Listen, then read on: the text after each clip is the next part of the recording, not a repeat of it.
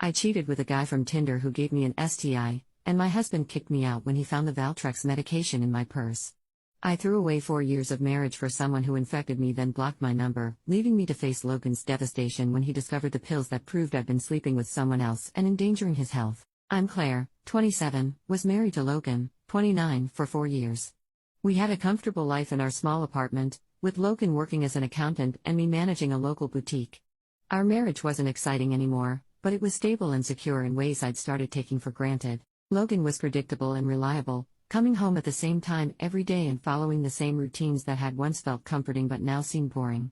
He'd watch sports while I scrolled through my phone, both of us existing in the same space without really connecting. I felt invisible and undesired, like Logan saw me as a roommate rather than a wife. We barely had sex anymore, and when we did, it felt obligatory rather than passionate. I started questioning whether this was all there was to marriage and life. That's when I secretly downloaded Tinder, telling myself I was just curious about what was out there and wanted to feel attractive again.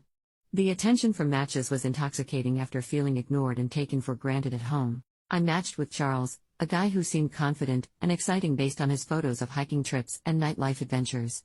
His messages were flirty and engaging, making me feel desired and interesting in ways Logan had stopped doing years ago. Charles would text me throughout the day, asking about my interests and complimenting my photos in ways that made me feel beautiful and wanted.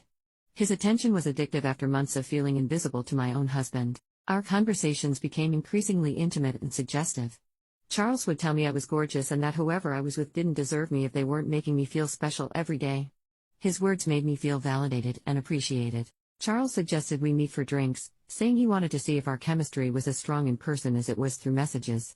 I knew this was crossing a line, but I was desperate to feel desired and attractive again. I lied to Logan about meeting college friends for dinner and drove across town to meet Charles at a trendy bar.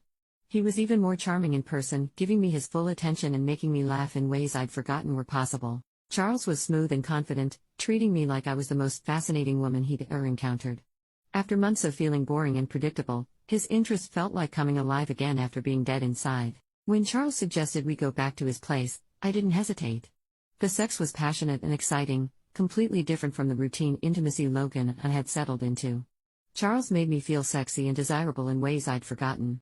I felt guilty immediately afterward, but Charles told me how incredible I was and how much he'd enjoyed being with me.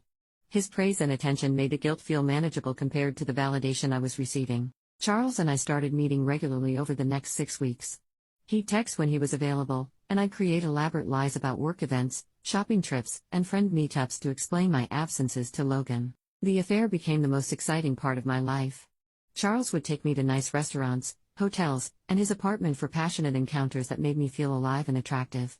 I was living 2 completely different lives. Logan never suspected anything because he trusted me completely and was too focused on work to notice my improved mood or new attention to my appearance. I felt guilty about deceiving him, but the excitement was addictive. Charles never talked about feelings or our future together, which made the relationship feel safe and temporary. I convinced myself this was just about feeling attractive and desired, not about replacing my marriage or building something serious. But Charles started becoming less available and responsive to my messages. He'd take days to reply and seemed distracted during our encounters. I assumed he was busy with work or dating other people, which stung but wasn't surprising. Then I started experiencing uncomfortable symptoms that worried me. I had unusual pain and irritation that didn't feel like a typical infection. When the symptoms persisted, I made an appointment with my gynecologist. The test results were devastating. I contracted an STI that required immediate treatment and ongoing management. The doctor explained that I'd need to inform all sexual partners and prescribe Valtrex for treatment. I was mortified and terrified about what this meant for my marriage. I'd not only cheated on Logan but had potentially exposed him to an infection that could affect him permanently. The guilt and fear were overwhelming. When I tried to contact Charles about my diagnosis, I discovered he'd blocked my number and disappeared from all dating apps. He'd vanished completely, leaving me to deal with the medical and emotional consequences alone. I realized Charles had probably known about his status and had infected me intentionally or through negligence. He'd gotten what he wanted from our affair and abandoned me to face the consequences without taking any responsibility. I tried to manage the situation secretly, filling the Valtrex prescription and hoping to handle treatment without Logan discovering my betrayal. The medication was expensive and the side effects made me feel sick and guilty. Living with Logan while managing my diagnosis was torture. Every conversation felt loaded with deception, and I was constantly terrified he'd discover what I'd done and the health risks I'd exposed him to. I told Logan I was feeling stressed and tired to explain my mood changes and physical discomfort.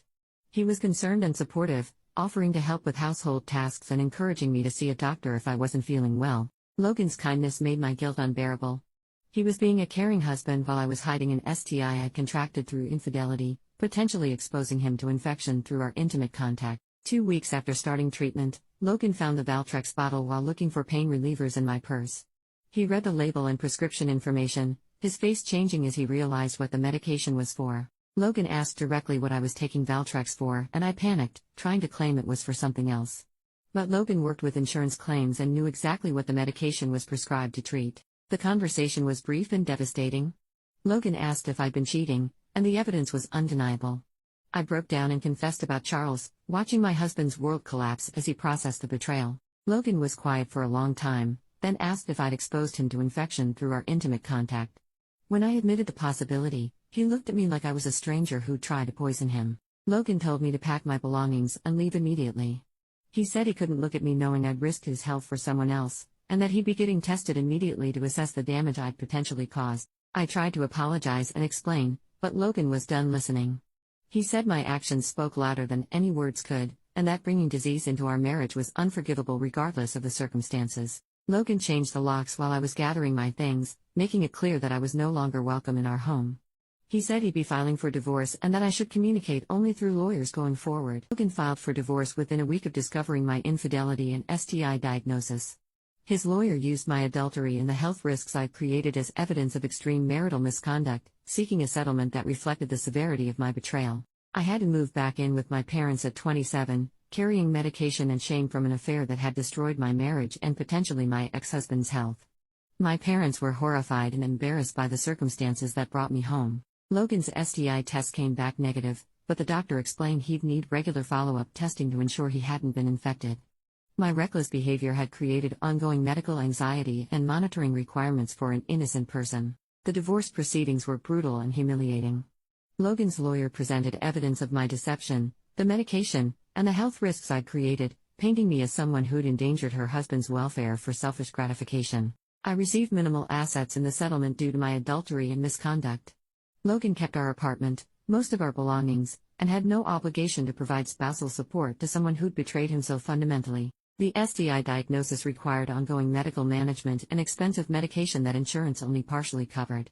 The monthly prescription costs served as a constant financial reminder of my poor choices and their permanent consequences. My job at the boutique became untenable when word spread about my divorce circumstances. Small-town gossip meant everyone knew I cheated and contracted an STI, making customers and co-workers uncomfortable around me. I had to find new employment in a different town, but my reputation followed me through social media and mutual connections. Starting over professionally while managing a chronic medical condition was overwhelming and isolating. Dating became nearly impossible due to disclosure requirements. I had to tell potential partners about my condition early in any relationship, which eliminated most possibilities for romantic connection and left me feeling permanently damaged. Logan started dating someone new within a year of our divorce. Her name was Samantha, and she was a realtor who appreciated his honesty and reliability. They looked genuinely happy together, building the trust I destroyed through my selfish choices. Charles had completely vanished from all platforms and social media, probably using false information to avoid accountability for spreading infections.